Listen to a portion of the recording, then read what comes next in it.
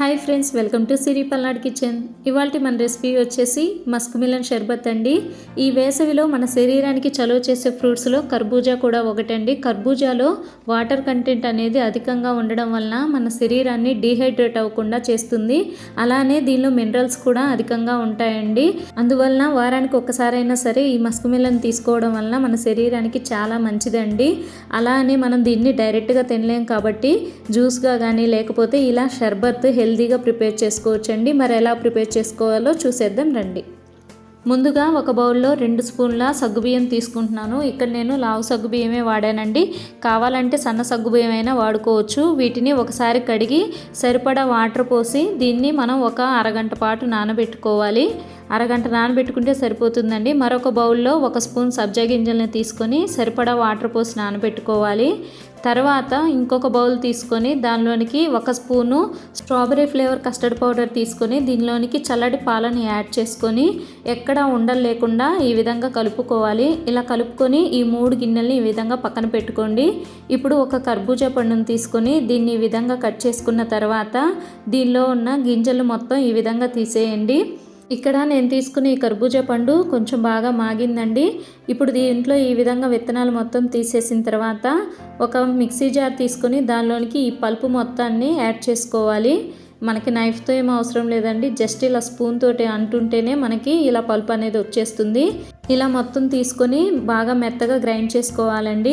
చూడండి, ఈ విధంగా మొత్తం గ్రైండ్ చేసుకొని పక్కన పెట్టుకోండి. ఇప్పుడు స్టవ్ వెలిగించి ఒక ప్యాన్ పెట్టుకొని దానిలోనికి ఒక 1/2 లీటర్ పాలను తీసుకున్నానండి. వీటిని ఈ విధంగా బాగా మరిగించుకున్న తర్వాత ఒకసారి ఈ విధంగా మిక్స్ చేసుకొని దీనిలోనికి ఇప్పుడు మనం ముందుగా నానబెట్టుకున్న సగ్గుబియ్యాన్ని వాటర్ లేకుండా యాడ్ చేసుకోవాలి. ఇప్పుడు ఈ పాలల్లో ఈ సగ్గుబియ్యం మొత్తం బాగా ఉడికేంత వరకు మనం ఉడికించుకోవాలండి. మనకి కొంచెం ఫాస్ట్గానే ఉడుకుతాయి, ఎందుకంటే నానబెట్టుకున్నాం కదా. ఈ మొత్తం ఇలా ఉడికించుకున్న తర్వాత చూడండి, ఇలా ట్రాన్స్పరెంట్గా వస్తే మనకి సగ్గుబియ్యం అనేది ఉడికిపోయినట్టు. ఈ విధంగా ఉడికిన తర్వాత దీనిలోనికి 4 స్పూన్ల షుగర్ని యాడ్ చేసుకొని షుగర్ అంతా మెల్ట్ అయ్యేంత వరకు కలుపుకోవాలి. ఇలా షుగర్ మెల్ట్ అయిన తర్వాత దీనిలోనికి మనం ముందుగా కలిపి పెట్టుకున్న స్ట్రాబెర్రీ కస్టర్డ్ పౌడర్ని ఈ విధంగా పాలల్లో యాడ్ చేసుకోవాలి. మనం పాలల్లో యాడ్ చేసే ముందు ఒకసారి కలుపుకొని యాడ్ చేసుకోండి. ఇప్పుడు ఇది మనం యాడ్ చేయగానే మనకి స్లోగా చిక్కబడడం మొదలవుతుందండి. చూడండి, ఈ విధంగా మొత్తం బాగా కలుపుకోవాలి. ఒక 5 మినిట్స్ పాటు దీన్ని ఉడికించుకుంటే సరిపోతుందండి. చూడండి, 5 నిమిషాల తర్వాత మనకి మరి కాస్త చిక్కబడింది కదా. ఈ విధంగా ఉంటే కన్సిస్టెన్సీ సరిపోతుందండి. ఇప్పుడు స్టవ్ ఆఫ్ చేసుకొని పక్కన పెట్టుకొని దీన్ని పూర్తిగా చల్లారి పెట్టుకోవాలి. ఈ విధంగా కలుపుకుంటూ చల్లారి పెట్టుకోండి, లేకపోతే మనకి పైన మేగడ కట్టేస్తుంది. ఇలా ఈ మొత్తం బాగా చల్లార్చుకోవాలి. కొంచెం సేపటి తర్వాత చూపిస్తున్నాను చూడండి, మనకి పూర్తిగా చల్లారిపోయింది. ఇప్పుడు దీనిలోనికి మనం ముందుగా గ్రైండ్ చేసుకున్న ఈ మస్క్ మిలన్ జ్యూస్ని యాడ్ చేసుకోవాలి. ఇది కూడా మొత్తం యాడ్ చేసిన తర్వాత బాగా కలుపుకోవాలి. ఇలా కలిపిన తర్వాత దీనిలోనికి మనం ముందుగా నానబెట్టుకున్న సబ్జా గింజల్ని యాడ్ చేసుకుంటున్నాను.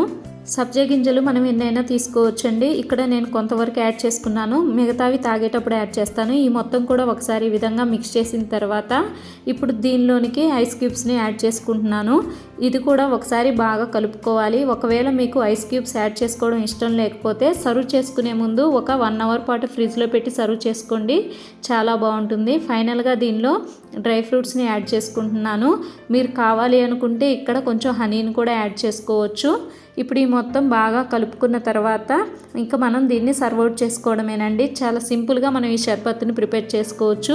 మనం ఇక్కడ ఉపయోగించిన మస్క్ మిలను, సగ్గుబియ్యం, అదేవిధంగా సబ్జా గింజలు మన శరీరానికి ఎంతో చలువ చేస్తాయి కదా. కంపల్సరీ మీరు కూడా ఒకసారి ఈ విధంగా షర్బత్ని ప్రిపేర్ చేయండి. సాధారణంగా అందరూ మస్క్ మిలన్ షర్బత్ చేయడానికి custard powder, vanilla flavour use చేస్తారండి. కానీ ఇక్కడ నేను స్ట్రాబెర్రీ ఫ్లేవర్ యూజ్ చేశాను. ఒకవేళ ఎవరన్నా స్ట్రాబెర్రీ ఫ్లేవర్తో ట్రై చేయకపోతే ఒకసారి ట్రై చేయండి, టేస్ట్ చాలా బాగుంటుంది.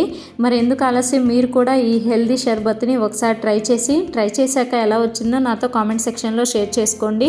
మరి మీకు ఈ షర్బత్ రెసిపీ కనుక నచ్చితే ప్లీజ్ లైక్ చేయండి, షేర్ చేయండి. ఇలాంటి మరిన్ని సింపుల్ అండ్ టేస్టీ రెసిపీస్ కోసం మా సిరి పల్నాడు కిచెన్ ఛానల్ని సబ్స్క్రైబ్ చేసుకోండి. And thank you for watching.